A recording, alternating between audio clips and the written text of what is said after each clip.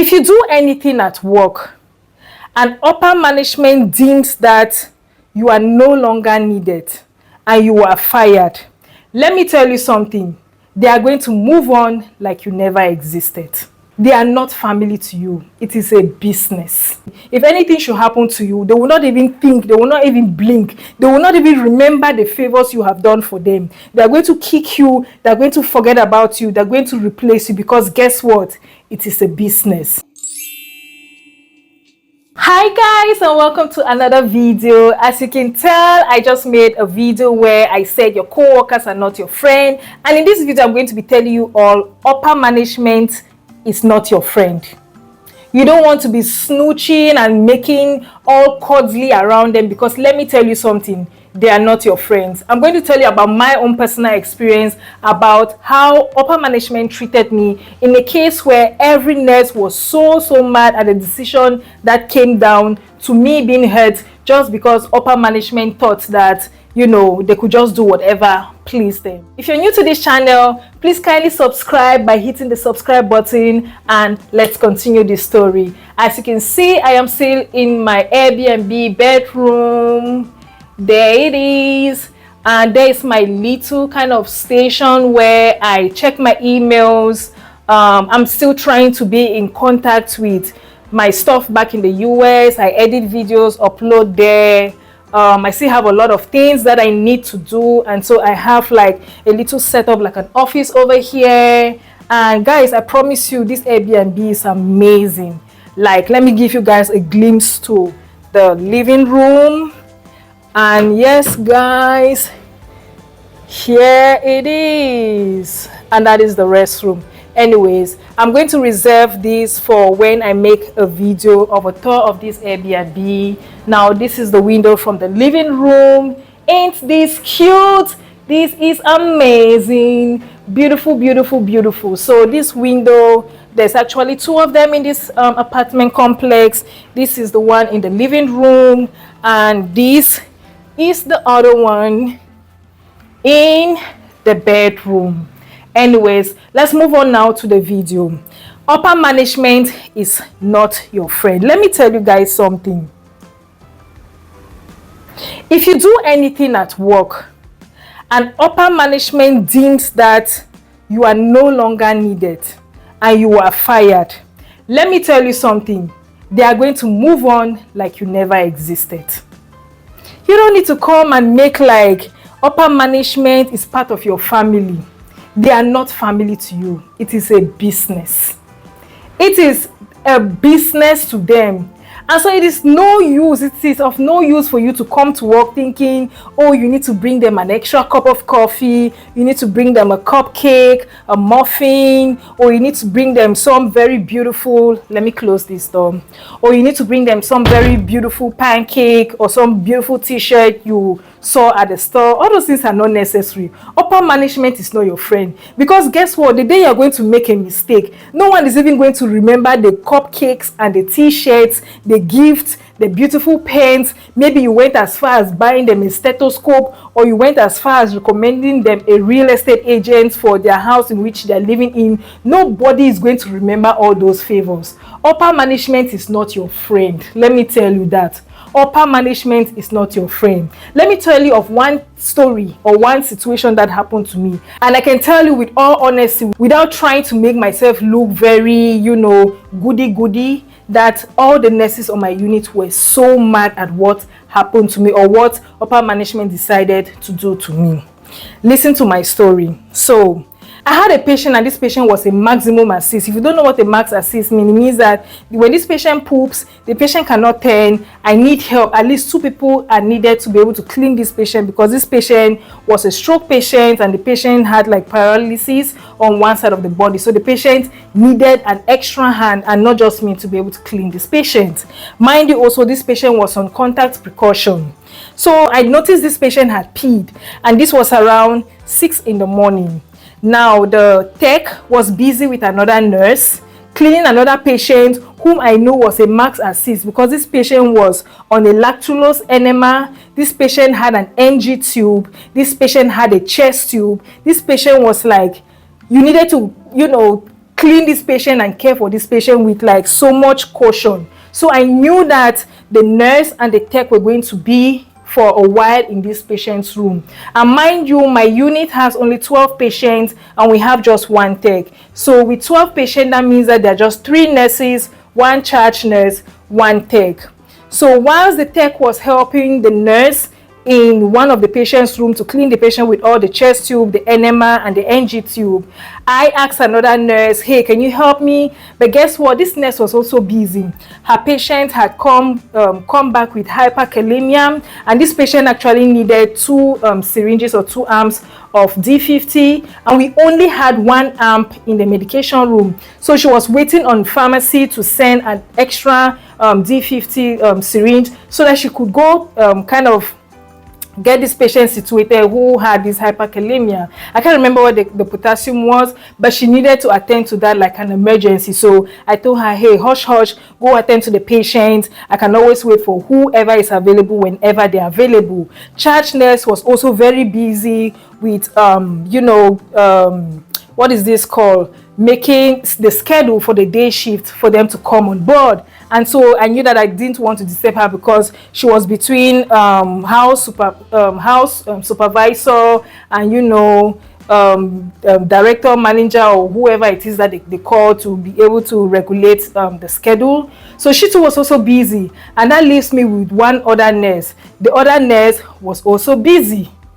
So everybody on the floor was busy, but everybody was aware that my patient needed to be cleaned. And so I was waiting. This patient is on contact. There's no way I'm going to go into the patient's room to go and hurt my back because I want to clean the patient. The patient had peed. I acknowledge that. Everyone on the floor is busy. Everyone knows I'm waiting for help. So I had to wait.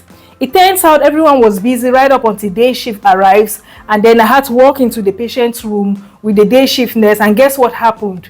We gown up. We walk into the patient. This patient was oriented ×1. So, the patient was oriented like ×10. The patient was intermittently confused, like not even knowing themselves. Sometimes they will not answer to their name. They'll just stare at you. Sometimes they'll be like, oh yes, So the patient was oriented 0 to 1. So we walk in and the patient had poop this time around. Previously, when I last checked on the patient had peed. I was aware and waiting for someone to help me to clean this patient.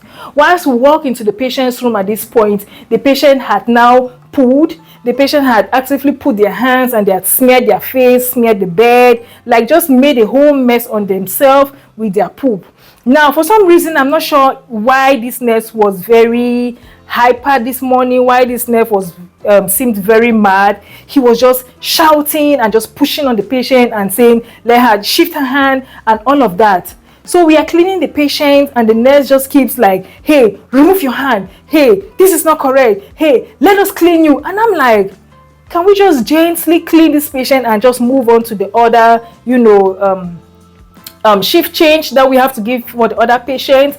But this nurse was so, I would like to say that this nurse was very aggressive for this elderly patient. I mean, this patient is confused, for crying out loud. What do you expect? They don't even know what they are doing.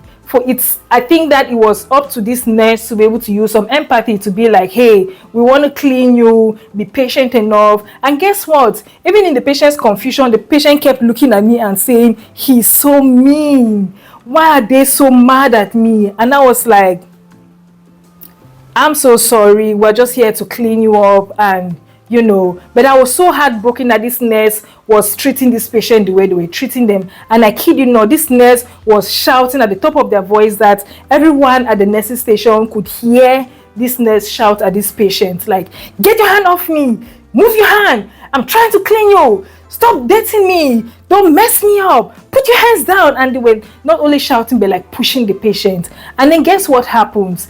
We come out of there, the patient is clean, the patient is situated. We go and I go give reports for the other patients. And I come now to the tech and I tell the tech, hey, did you hear how the nurse was shouting at the patient when we were cleaning the patient? The tech said, yeah, she heard, and she had already gone and made the director aware of what has happened.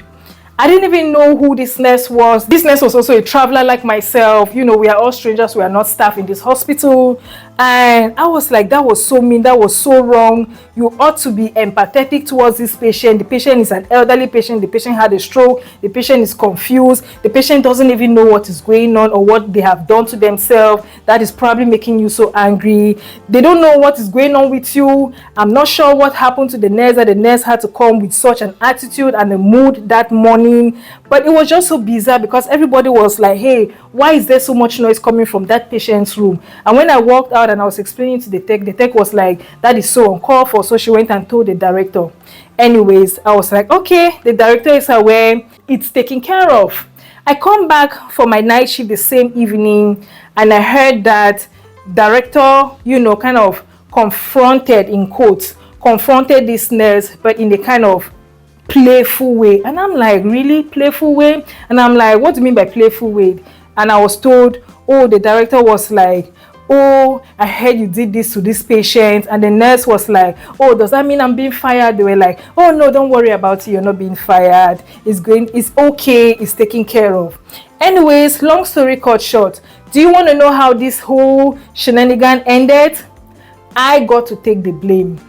2 weeks later on, I got a call from upper management, like upper to the director. And the question, the most important or the most striking question that they seem to be, you know, paying so much attention to was the patient's poop dry? Do you know what that means? That means that the patient had pooped a long time and I left the patient in poop. If I had not left the patient in poop, if I had cleaned this patient, this morning nurse or the day shift nurse who had that situation with the patient would have had that encounter with the patient. So I got to take the blame for leaving the patient in poop. And I'm like, there is a difference in when you acknowledge that a patient needs to be cleaned, as opposed to a patient is dirty, needs to be cleaned, and you ignore it. Everyone on the floor knew that my patient needed to be cleaned. There was no way I could go in there to go clean my patient all by myself. I needed at least another set of hands. No one was available. What was I supposed to do? Like, tell me, what was I supposed to do? Anyways, long story cut short, I ended up, you know, they ended up canceling my contract for this hospital. I know you guys are probably mad at what happened to me. I am very fine. I took it okay. I usually don't take things very personal. That is just me. I just told myself, hey, you know what? I'm not staff here. I'm just passing by here. And if this is it, this is it. And, you know, everybody, the charge nurses, when I told them that, hey, they had cancelled, you know, they wanted me to finish my current contract, but moving forward they didn't want me to continue with them. Everybody was so pissed. Everybody who heard the story was like, hey, they don't see how that should have been my fault, because at the most I had made it known that I needed help for this patient to be clean. So it wasn't up to me to have gone into the patient's room to help clean this patient all by myself. Hey, where are the regulations that say we need to prevent our own selves from breaking our backs just because we want to do everything for our patients all by ourselves? Hey, where are the regulations that should come into place to say that, hey, you know, our patient safety is of utmost importance, but the employees, the nurses' safety in terms of, you know, bending and straining themselves is also of importance. Because guess what? If anything happens to the nurse, these patients are not going to have nurses to care for them. We are the backbones of the hospital. And if anybody should mess with the nurses in the hospital, then I think that management is indirectly messing with their business. So that was just my own story of how upper management treated me. And I'm just saying this to all new nurses. New nurses out there, come closer. Like I always say, come closer. Upper management is not your friend. Don't try to feel like, oh, you need to cuddle around them. You need to make them, you know, bring them so close to you because maybe you are thinking that, or maybe your end goal or your desire is for them to give you like those favorable schedules, you don't want to work the holidays, let me tell you something. If anything should happen to you, they will not even think, they will not even blink, they will not even remember the favors you have done for them. They are going to kick you, they are going to forget about you, they are going to replace you, because guess what? It is a business. Upper management is not your friend. I need it to sink into your head, new nurses. Let it sink in very, very well that upper management is not your friend. Come closer, new nurses. I need you to repeat after me. Upper management is not my friend. Can all of you say it to yourselves? One more time.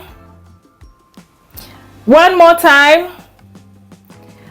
And that is going to be your homework.